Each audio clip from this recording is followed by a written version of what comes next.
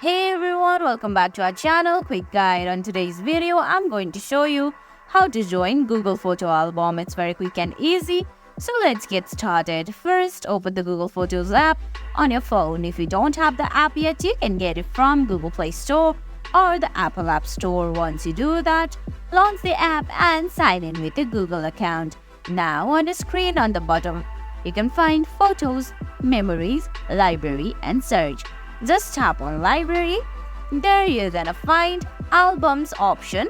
Right below the options, Favorites, Archive, Locked and Trash. Just tap on that plus option on the new album. Now they're gonna ask you to select photos or select peoples and pages. I'm gonna select photos here. Okay, scroll down and find the photos that you want on that album. Then tap on Add. Now tap on Add Title. Then go ahead and tap on Tick option on the top left corner. Now go back and you can see there's an album. And guys, that's it.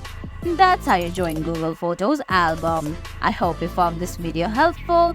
If you did, please give it a thumbs up, leave a comment, subscribe to our channel and hit that bell icon. See you in the next video. Thanks for watching.